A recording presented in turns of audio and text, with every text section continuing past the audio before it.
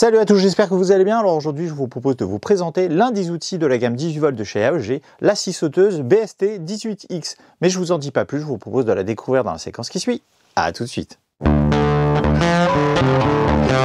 Voici la scie sauteuse en question, donc elle est bien sûr compatible avec l'ensemble des batteries AEG 18 volts, donc du coup ça veut dire que vous allez pouvoir réutiliser les batteries que vous possédez déjà si vous avez bien sûr déjà des outils de la marque. Comme vous pouvez le voir, on est sur un modèle de type étrier, donc avec un grip bien présent sur l'ensemble de la poignée, y compris sur le pommeau, ce qui offre une bonne prise en main et surtout une bonne position pour les deux mains. Une main ici et une main sur le pommeau. Comme ça, on peut bien contrôler la machine. Côté bouton, on a la gâchette qui tombe bien sous le doigt. On a aussi le bouton qui tombe aussi, donc il est peut-être un peu éloigné du pouce, mais qui est facilement activable et qui permet de bloquer ou débloquer la sécurité et éviter ainsi que la machine ne démarre toute seule. En ce qui concerne le poids, on est sur du 1,9 kg, 1,95 pour être précis. Donc c'est pas énorme pour ce type de machine, sachant qu'on peut trouver la plupart du temps des outils 18 volts sans la batterie comme celle-ci, avec un poids supérieur à 2 kg. Mais en ce qui concerne la scie sauteuse, c'est pas très grave, puisqu'en fait, c'est finalement le support qui va porter tout le poids.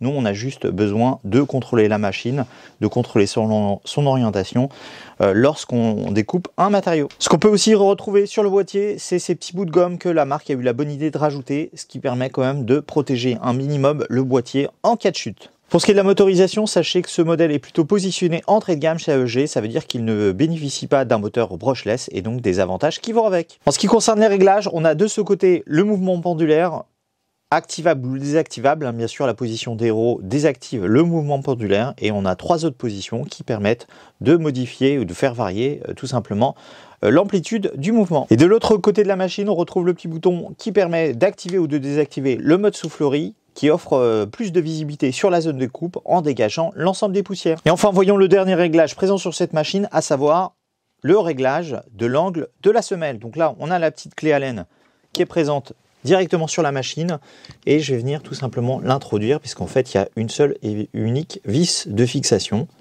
Voilà, donc je la desserre légèrement, c'est pas la peine de la desserrer complètement. Et là, vous allez voir qu'en fait, on a ici des petites encoches qui permettent de pouvoir accéder directement aux angles les plus importants, à savoir 90 degrés, ou plutôt l'angle 0 dans ce cas-là, et 45 degrés des deux côtés. Voilà. Aussi simplement, pour le remettre à 90 degrés, là aussi on a une encoche. Voilà. Et comme ça, au moins, on n'a pas besoin de s'embêter à chaque fois à vérifier quel est l'angle de la semelle avant de pouvoir utiliser la scie. En ce qui concerne le changement de lame, c'est tout simple, puisqu'en fait, on n'a pas besoin d'outils supplémentaires.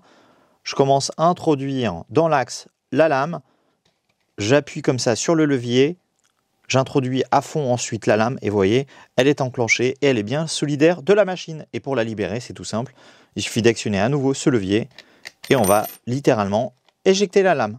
Et pour les accessoires, sachez que cette machine est vendue la plupart du temps sans batterie ni chargeur, mais elle est quand même fournie avec une lame pour débuter immédiatement et aussi un petit adaptateur qu'on insère tout simplement à l'arrière et qui permet de brancher tout simplement un aspirateur. Avant d'attaquer la démonstration, parlons un peu de ses caractéristiques. On est sur une machine qui est capable d'appliquer un mouvement sur la lame de 3000 tours par minute, parce qu'on parle aussi de tours pour les scies sauteuses, alors qu'en fait il s'agit tout simplement de mouvements aller et de mouvements retour, mais on est capable d'en faire 3000 par minute, ce qui est quand même relativement important pour ce type de machine, avec une course de 25,4 mm, donc la course, pour rappel, c'est la distance que va parcourir la lame entre deux mouvements. Ce qui nous donne une capacité de coupe dans le bois de 135 mm, donc c'est largement suffisant pour la plupart des applications que l'on souhaite faire.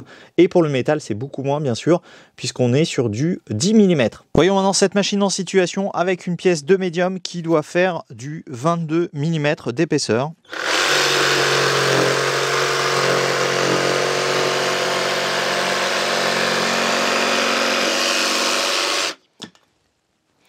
Ah, franchement, nickel, comme dans du beurre, aucune difficulté. Après le médium, voyons ce que ça donne maintenant sur une pièce de bois un peu plus épaisse, puisqu'on est sur du 70 mm d'épaisseur. Et bien sûr, j'ai changé la lame pour m'adapter à cette épaisseur.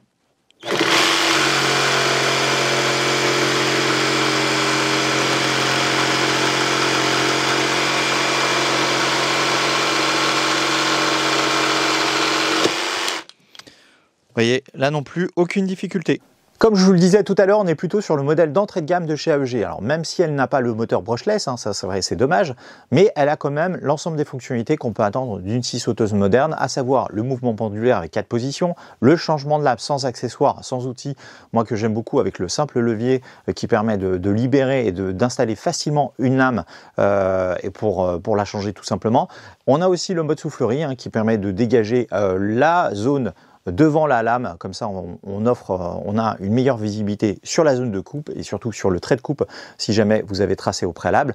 Donc on est quand même sur un outil très bien positionné avec des performances aussi qui n'ont rien à envier avec d'autres modèles puisqu'on est sur du 3000 tours par minute avec une course de 25,4 mm et le tout pour une capacité de coupe dans le bois de 135 mm. Pour ce qui est du prix, sachez que cette machine est vendue aux alentours de 190 €, donc un peu moins de 190 €. Bien sûr, ça dépend des commerçants. D'ailleurs, si ça vous intéresse, je vous mettrai les références des meilleurs vendeurs en description. Donc c'est certes un sacré investissement, 189 €, c'est pas rien, mais franchement c'est une bonne machine. Donc même si elle n'a pas de moteur brushless comme je vous le disais juste avant, elle a quand même un bon équipement et surtout des bonnes caractéristiques techniques, ce qui vous permettra de travailler efficacement dans tout type de matériaux, que ce soit du bois, du plexiglas ou du métal. Voilà, cette vidéo touche désormais à sa fin, j'espère qu'elle vous aura plu. N'hésitez pas à mettre un petit pouce bleu et à vous abonner à ma chaîne si ce n'est pas déjà fait. Dans tous les cas, je vous dis à très bientôt pour une nouvelle vidéo.